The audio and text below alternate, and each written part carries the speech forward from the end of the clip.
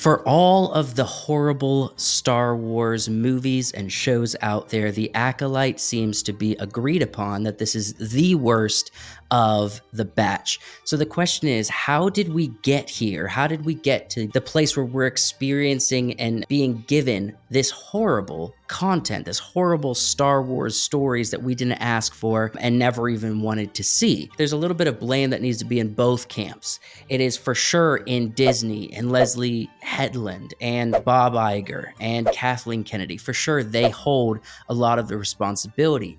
But there is also an element of this of how fans need to accept some of the responsibility for the degrading of Star Wars stories over the years. And we're going to go through where the Acolyte is, what the problems are with it, now that we've reached the end of the series. And keep in mind, this isn't the way that journalists and everything are calling out the fans and what they're saying about Star Wars fans. This is about us recognizing where we, as viewers, people who love watching this kind of entertainment, where we have kind of let the ball slip and let this happen. For me, with Star Wars, it goes back to The Force Awakens, just because I remember when the movie came out, and I remember being super excited. At that point in time, I was really heavily into like movie commentary and movie commentary shows on YouTube. It was exciting. Yeah. It was exciting because the Star Wars talk shows and everything they were going, we were theorizing every trailer, everything that was released, right? And then the movie came out and I was like, it was good. I enjoyed it. And, you know, I would think about it and I'd look at it and I'd watch some stuff and, you know, I'd be critical of it. But I was like, ultimately, it was a good movie that I think could have been better. But I think it's okay as long as the next movie is Empire Strikes Back. The Force Awakens was very much a kickoff for Disney. This is the first Disney Star Wars film. This is the first project that they're releasing. And there was a lot of issues right off the bat. First, they're destroying legacy characters with Han Solo, right? Yeah. Replacing them with new ones. In some capacity, with the end of the film, you know, bringing in Luke, we thought there's hope here. Like maybe we lost Han Solo in a kind of a crappy way, but maybe there's going to be hope with the Luke story. And then we obviously get to just the very next project, right?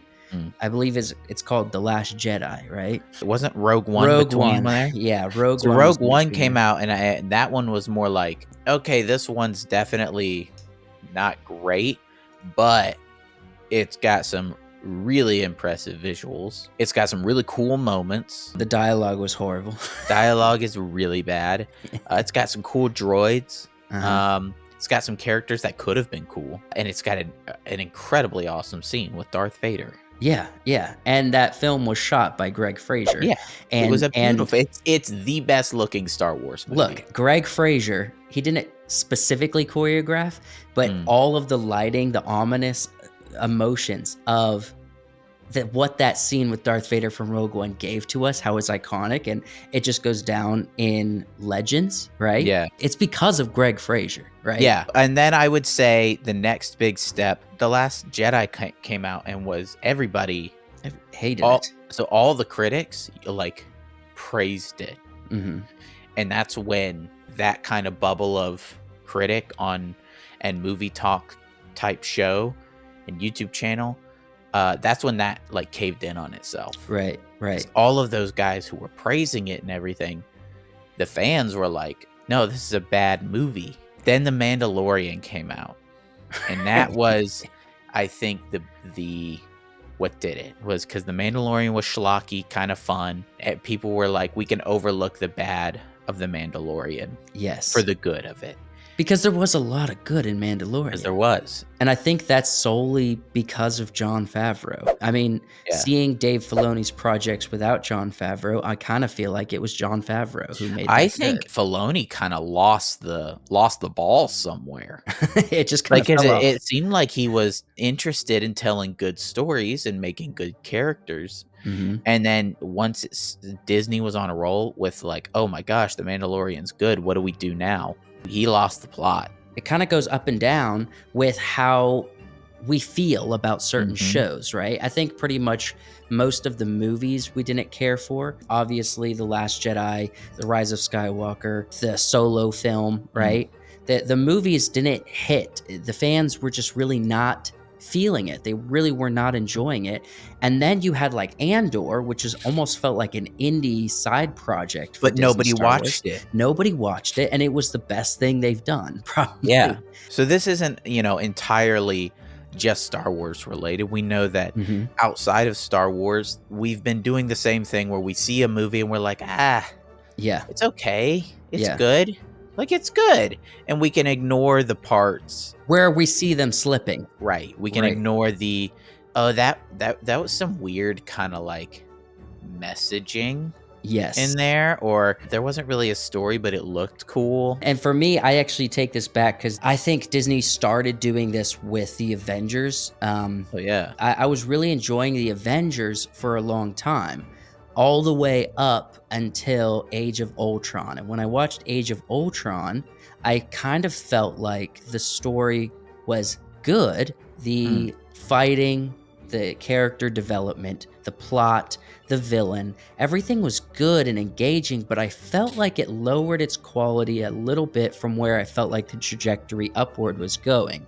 right. And then the next film after that was Ant-Man, and I really felt it with Ant-Man. It does the same thing that Star Wars did, where it went up and down. You had Captain America Civil War, and then you had Doctor Strange, right? So it starts to do this up and down in a downward And we trajectory. were accepting that good with the bad. Yes, And we yes, were ignoring it. And that's the issue with The Acolyte is all of those little things in a movie. If you liked the movie but the characters, if you liked the movie but the plot, if you liked the movie but the villain or right. but the subtle messaging, right?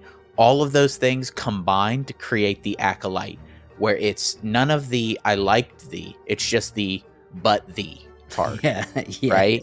yeah. Every single it's the characters, the plot, the action, the villains, the dialogue, every bit, even the visuals. And we know that after all these years, all these projects, up and down, constantly moving down, one step forward, two steps back, we end here at The Acolyte, which is like, I believe it has a 13% score on Nice. Rotten Tomatoes, something like that. Which is the beginning. Right. That's the Yeah. beginning of this. Is like we're pointing out that yes, we've contributed to the problem, but later we'll talk about how we contribute to the solution. If you've lived under a rock and you haven't been keeping up with it, there's so many issues with The Acolyte. We'll Mm. start first with just the plot. All right. So the plot essentially goes nowhere. There's theories. Leslie Headland almost confirms that this is based around fan fiction that she wrote when she was a teenager. It's also Frozen meets Kill Bill. Yes, yeah, she's on the record for saying that. But she's on the Comparison. record for saying so many things about it. It's almost like she didn't even know what exactly she was trying to make. And if we're going to boil down to what was the motivations for this story, because there's not really a plot. There's not really a message to learn anything from. They say it's interesting because we're diving into the dark side of the Mm, Force and the Sith. But if we break it down, what was the purpose for this? Well, one, it was to interject a lot of female energy mhm. into, that's very public. They wanted to make this a DEI Star Wars. My character, she's a powerful leader. She's a powerful leader. Yes, yes. I feel like Star Wars is very like patriarchal, so it was kind of cool to have like this sort of woman-centered figure. And also, it was built around building on that fan fiction idea where Mhm. Leslie Headland talks about when she was young and heard in one of Lucasfilms, Vader was seduced by the dark side. And she felt that was sexual. But I will say I was always interested in female protagonists that were leaning toward the dark side of the Force. I think because when I was little and I heard Ben Kenobi say Vader was seduced by the dark side, there was just something about that like made my adolescent like freak out. Like I was just like, why did he use that word seduced? Like why did that happen? Possibly some of that ended up in the show as well. That's why all this motivation of a love sexual tension kind of thing with Osha Mhm. and then Smilo Ren. I Yeah, you guess. can't think of his name. You Is just it know him as Chimere? Smiler. It's Chimere. Chimere. Yeah. Um, Ren. like Smiler Ren is a better It's name. awesome. There's this whole weird alternative DEI, ultra Mm. sexualized version of Star Wars, especially around the Sith, that this was birthed out of Leslie Headland's fantasies or something that ultimately like is not what Star Wars is supposed to be. It wasn't intended to be that. If you can look at a show, say, what is it about, right? You should be able to say Breaking Bad, a guy who will do whatever it takes to get Mhm. what he wants and kind of becoming a villain through that. Pretty simple. If you look at House of the Dragon, it's like, what happens when a war is fought with dragons? Mhm. The Acolyte, it's like, well, it's kind of maybe this.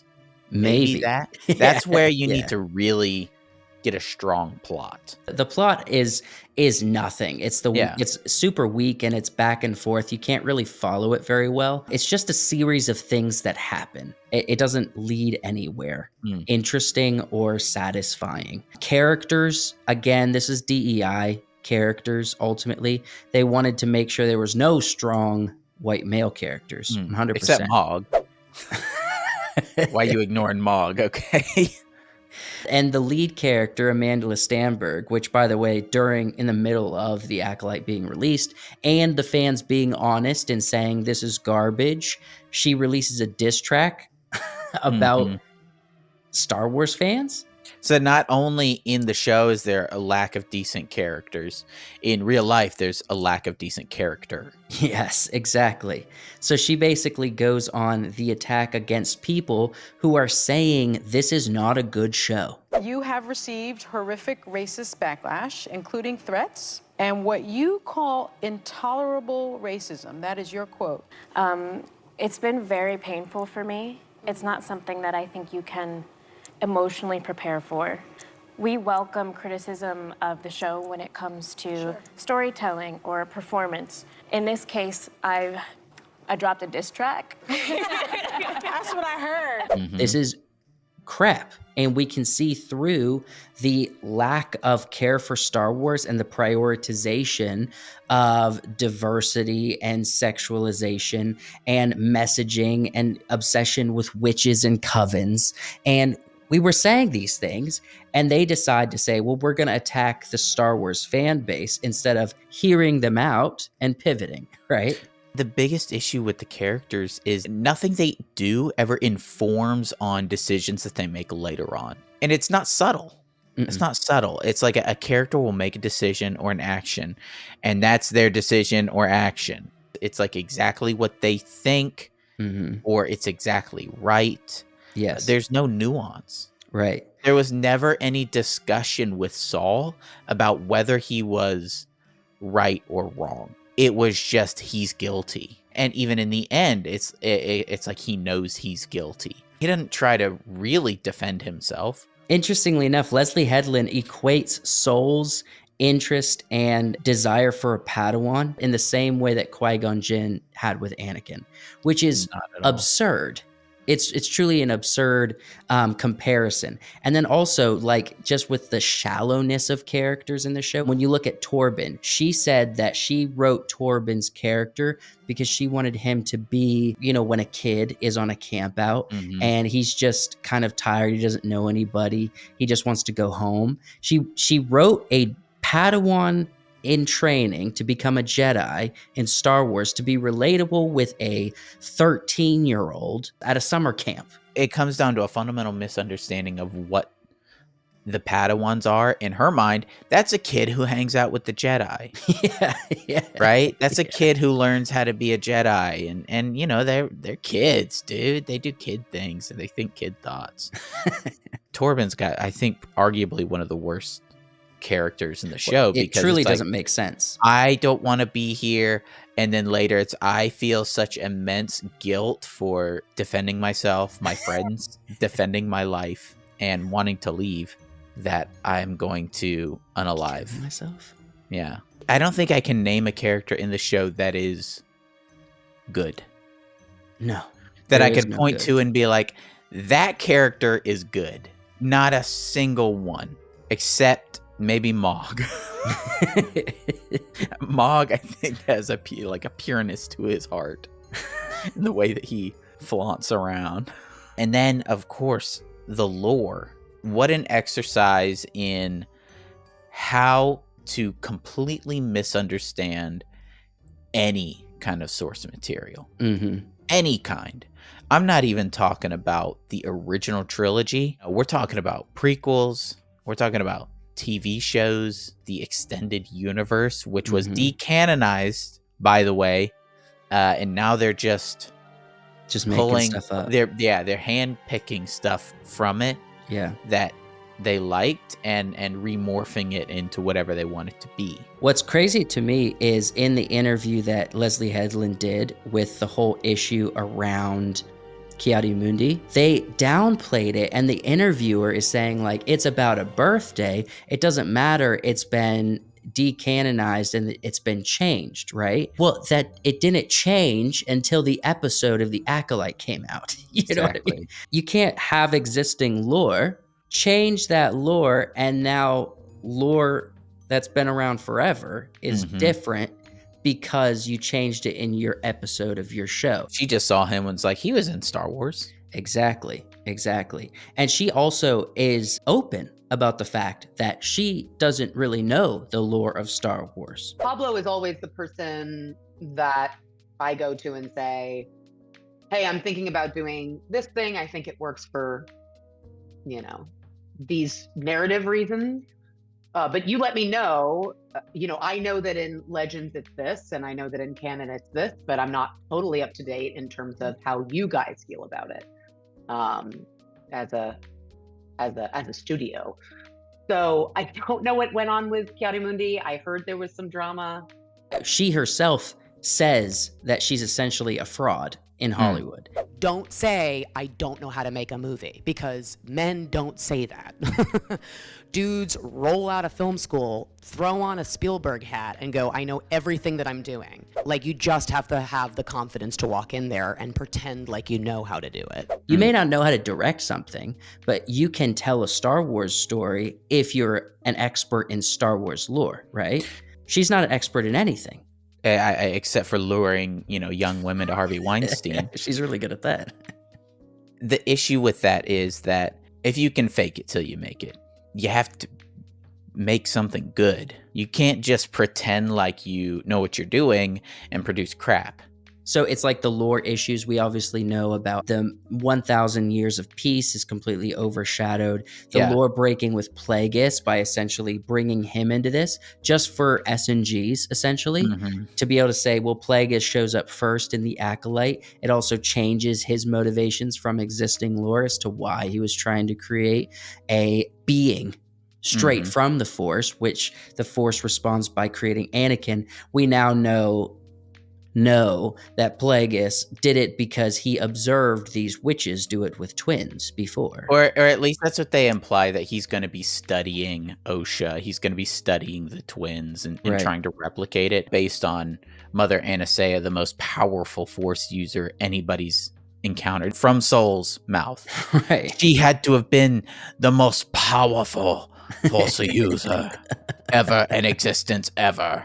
I mean, absolutely insane. And the crazy thing is to change not just existing lore, but to change the concept of the Force to be able to say, well, this witch coven is so much more enlightened than everybody else who interacts with the Force daily. And you can tell that they disdain what George Lucas has come up with in the way that Anastasia says, some call it a force. And claim to use it. She's just like, we all know it's the thread. It's the thread. She says some call it a force. Like, that's not some. Everybody. Like, that's not the majority of the people in the galaxy. If you got any kind of connection with the Republic, any at all, it's just like a shipping trades, right? Yeah. And you've had connections with them for a little while, unless you're like a completely isolated planet. And there are some in Star Wars who have different names for the Force. No, some people, a few, they claim to know what it is. They claim, their thousands of years of use of this power Right. They claim to know how to wield it. They're taking an IP that has a built-in fan base, selling it back to them with spite. Mm-hmm. They're saying, "You love Star Wars. Here, have some, but it's what we want it to be." I think it's pretty much proven at this point, right, that no matter what Disney says, no matter what they say about respecting the IP, I think we have plenty of data to show that they won't. And there's been a lot of people holding out hope for a long time, even though we had complete garbage before the Acolyte, that we would say, well, eventually Dave Filoni is going to be able to just do an entire project by himself and it's going to be good. You know what I mean? Mhm. Like eventually we're going to get something good. And I think there's enough data to show they're not interested in that. They're not interested in Yeah. respecting the IP. They want to do the opposite. And I don't think we can expect them to do anything better. Now, Andor season 2 might be awesome because Tony Gilroy is a good writer and actually knows how to write characters, right? But that doesn't mean that the core ideology around Disney Star Wars is going to change and they're going to go on the uptick. Now, there is, getting to the solution a little bit, I think there is a potential future. You go to Dune 2, where he says, there is a narrow way through. Mhm. You know what I mean? I feel Yeah. like that's kind of where we are with Star Wars. And the narrow way, it comes down to us. We are partially responsible for allowing it to dissolve into where it is.